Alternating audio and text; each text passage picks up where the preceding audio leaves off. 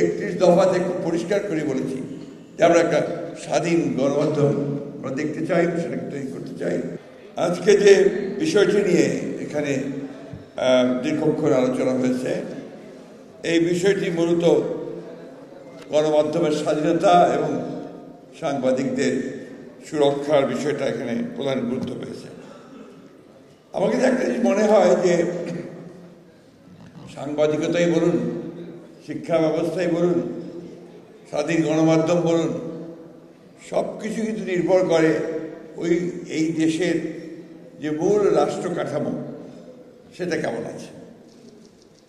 আমরা যখন একটা ট্রানজিশন পিরিয়ডের দিকে যাচ্ছি, অর্থাৎ একটা ফ্যাসিবাদী ব্যবস্থা থেকে আমরা গণতান্ত্রিক ব্যবস্থা থেকে যাওয়ার জন্য আমরা এগিয়ে যাচ্ছি, অনেক আলোচনা হয়েছে, কমিশন হয়েছে, আন্দোলন হয়েছে, সব কিছু মিলিয়ে ঠিক সেই সময়ে গণমাধ্যমের এই স্বাধীনতার বিষয়টি, বিশেষ করে সম্প্রচারের বিষয়টি নিঃসন্দেহে অত্যন্ত গুরুত্বপূর্ণ। কিন্তু আমি যে কথাটা বললাম, এটা তো কোনো আইসোলেটেড আইল্যান্ড না, কোনো বিচ্ছিন্ন দ্বীপ নয়। এই দেশ যা, এই দেশের কাঠামো যা, এই দেশের আমরা যারা সরকারে আছি বা সরকারে নেই, বিরোধী দলে আছি, যারা সাংবাদিক করছি, সব মিলিয়েই কিন্তু আমরা।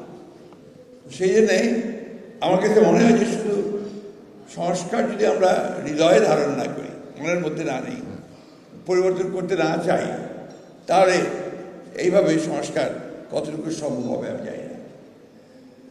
বিজেপির মূল প্রস্তাবের মধ্যে আছে সম্প্রচার মাধ্যমের জন্য আলাদা আইন, জাতীয় সম্প্রচার কমিশন, ওয়েজ বোর্ড ও চাকরি নিরাপত্তা, দেশের সব টিভিকে পে চ্যানেল ও শিল্প ঘোষণা, টিভি লাইসেন্স নীতিমালা ও মালিকানা কাঠামো নির্ধারণ, সম্প্রচার সাংবাদিক জন্য কোড অফ এথিক্স ও রাজনৈতিক অঙ্গীকার।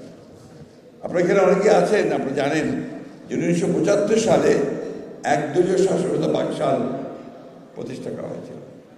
সমস্ত পত্রিকাগুলোকে সেদিন বন্ধ করে দেওয়া হয়েছিল, মাত্র 4টি পত্রিকা ছাড়া সেই পত্রিকাগুলো সরকারি নিয়ন্ত্রণে চলেছিল।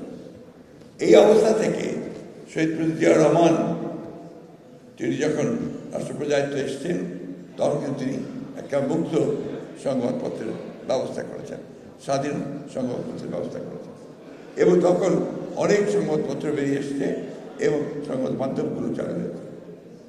আমরা পরবর্তীকালে দেখেছি যে বিএনপি যখনই রাষ্ট্র পরিচালনার দায়িত্বে এসছে, তখনই এই গণমাধ্যমকে উন্নত করবার জন্যে বা তাকে উপযোগী করে তোলার জন্যে অনেকগুলো ব্যবস্থা নিয়েছে। তার মধ্যে আজকে যে আপনার এই টেলিভিশন চ্যানেল যেগুলো আমরা দেখছি, সেই সময় কিন্তু কাজগুলো শুরু হয়েছিল। আমাদের কমিটমেন্ট খুব পরিষ্কার। আপনারা দেখেছেন যে আমরা সানশাইন আটা ময়দা সুজি ভালোবাসায় তৈরি 31 দফাতে খুব পরিষ্কার করে বলেছি যে আমরা একটা স্বাধীন গণমাধ্যম আমরা দেখতে চাই, সেটাকে তৈরি করতে চাই। সেই জন্যে আমরা তখনই কমিট করেছিলাম যে আমরা একটা কমিশন তৈরি করব। তো কমিশন ইতিমধ্যে তৈরি হয়েছে। দুঃখের সঙ্গে আমরা জানলাম যে কমিশনের রিপোর্ট তৈরি হয়েছে, কিন্তু রিপোর্টে কোনো আলোচনা হয়নি পরবর্তীকালে। যাই হোক, আমরা আশা করি যে আমরা যদি আপনার সরকার পরিচালনার দায়িত্ব জনগণের মাধ্যমে পাই, তাহলে আমরা নিঃসন্দেহে এটাকে অগ্রাধিকার ভিত্তিতে আমরা দেখবো বলে আমরা বিশ্বাস করি।